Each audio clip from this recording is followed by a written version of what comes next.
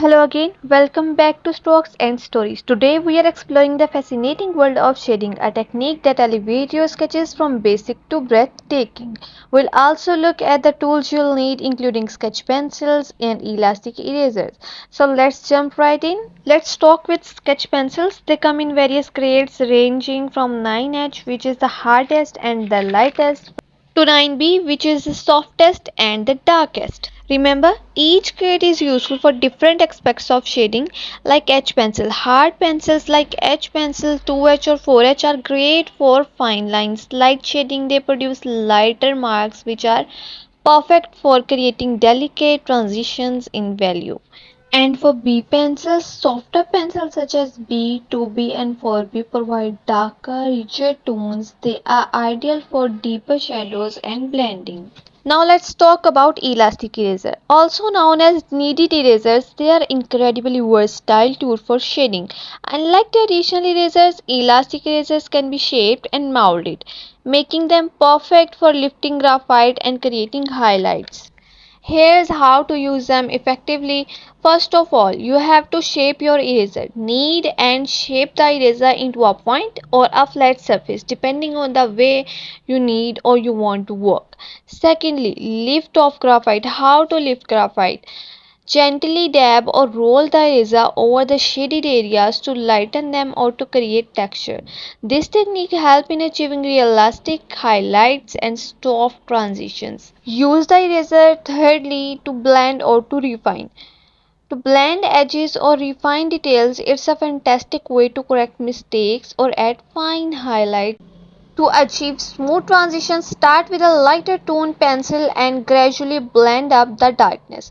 Use gentle, even strokes to avoid harsh line. Remember, it's easier to add more graphite than to remove it. Now, if you are new here, don't forget to hit that subscribe button and ring the bell to stay updated on all our latest content. Now, let's talk about shading. Shading is crucial in bringing depth and realism to your drawing. It's all about creating the illusion of light and shadow, which makes your artwork come alive. Today, I will share some tips and tricks and some types that will help you master this skill, along with the essential tool that will make your shading process smoother and more effective. So now in this video we're going to talk about the five main or the basic types of shading: hatching, cross hatching, scumbling, stippling, and smudging. So in hatching, what you have to do is to draw lines in which you have to take the pencil in a angle of 30 or maybe 40 50, and draw the pencils from one direction to another, from darker to lighter, as you guys can see I am doing in the box. And I'll show you on without box how to do hatching. Mainly you have to do it for classes, for lectures, and for just to show how you can do this. We can do it in a sphere, in a circle, but here I have drawn some boxes. These are boxes, these five boxes are of 2 by 2 inches. And now you can see that how simple it is, the process of shading in hatching. And now I am going to start how to do shading in cross hatching. In cross hatching, we have to draw crisscross line. From where the tone is darker, the lines are more, and from where the tone is lighter, the lines are less. Keep it in your mind. In crisscross, lines must be in crisscross, as you guys can see in I am doing. And one more thing which is very important is you have to make sure that the angle of your pencil is right. If the angle is not right, then it will be very difficult for you to do shading. Now scumbling is one of my favorite types of shading. As you guys can see, only you have to do is to randomly draw circles. And in scumbling, you have to draw a circle as one circle ends and other circle begins. So it's a never ending chain of circles in scumbling. Now I'm going to start stippling. Stippling is one of the smoothest and the finest way of shading, in which you have to randomly. Stippling is one of the time-taking process of shading in which you have to draw randomly spots or dots on the sketchbook or where you want to make shadings. So yes, it is a time-taking, and I am in this video fast forward it 5 times as it take the usually me to do this.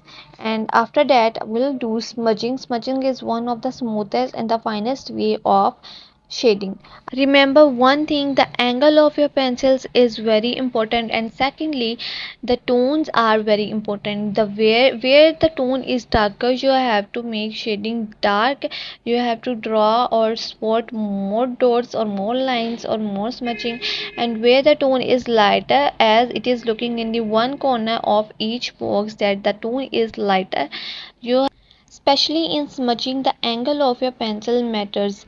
Actually the angle is 30 in this, as you guys can see, as I am holding the angle of 30 is I think quite enough for smudging. So you can also take it in 30, 35, 40, but I am taking holding it at the angle of 30.